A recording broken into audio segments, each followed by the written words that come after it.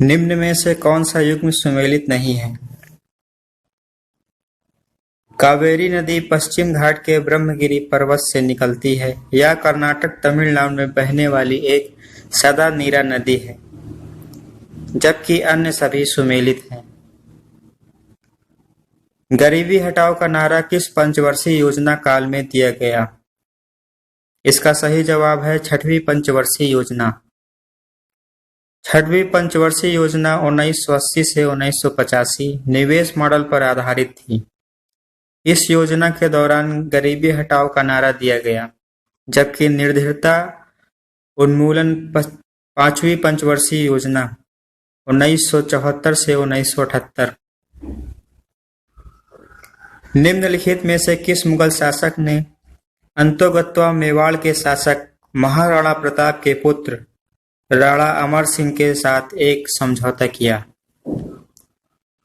महाराणा अमर सिंह जहांगीर द्वारा कराए गए कई आक्रमण में विफल हुए। अंत में खुर्रम ने मेवाड़ पर अधिकार कर लिया।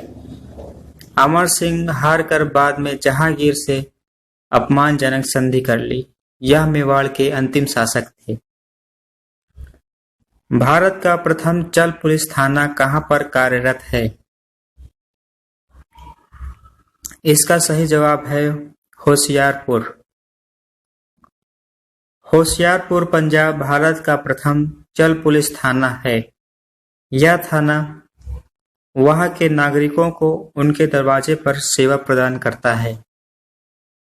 निम्न में से कौन सा ज्ञान के सिद्धांत पर बल देता है? इसका सही जवाब है उपनिषद। उपनिषद हिंदू धर्म का महत्वपूर्ण श्रुति ग्रंथ है। ये वैदिक वाङ्मय के अभिन्न भाग हैं। इसमें परमेश्वर, परमात्मा, ब्रह्म और आत्मा के स्वभाव और संबंध का बहुत ही दार्शनिक और ज्ञानपूर्ण वर्णन किया गया है। निम्न में से कौन सा पुर्तगाली उपनिवेश नहीं है? इसका सही जवाब है मछलीपट्टनम। पुर्तगाली उपनिवेश मछलीपट्टनम नहीं है, जबकि यह डचों का उपनिवेश था। अन्य सभी पुर्तगाली उपनिवेश हैं। भारत और पाकिस्तान के बीच ताशकंद समझौता कब हुआ?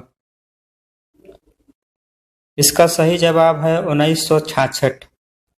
ताशकंद समझौता भारत और पाकिस्तान के बीच एक शांति समझौता है, जो 10 जनवरी 1966 को भारत और पाकिस्तान युद्ध 1965 के दौरान किया गया। ताशकंद समझौता ताशकंद में किया गया, जो अब उज्बेकिस्तान में है। गोकुल पुरस्कार संबंधित है। इसका सही जवाब है दुग्ध उत्पादन में सहकारिता को बढ़ावा देने से। दुग्ध उत्पादन में सहकारिता को बढ़ावा देने के लिए गोकुल पुरस्कार दिया जाता है।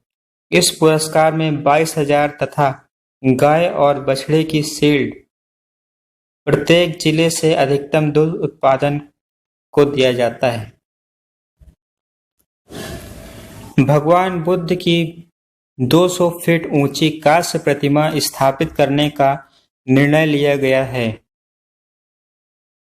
इसका सही जवाब है कुशीनगर। कुशीनगर उत्तर प्रदेश के मुख्यमंत्री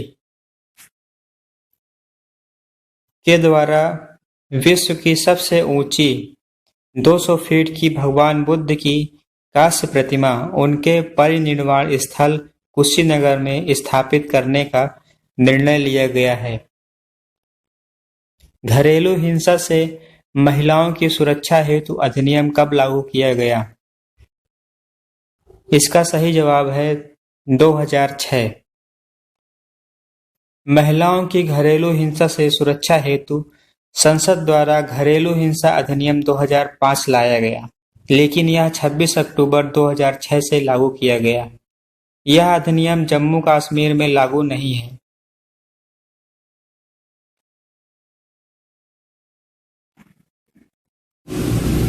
हमारे राज्य में 1090 को किस नाम से जाना जाता है?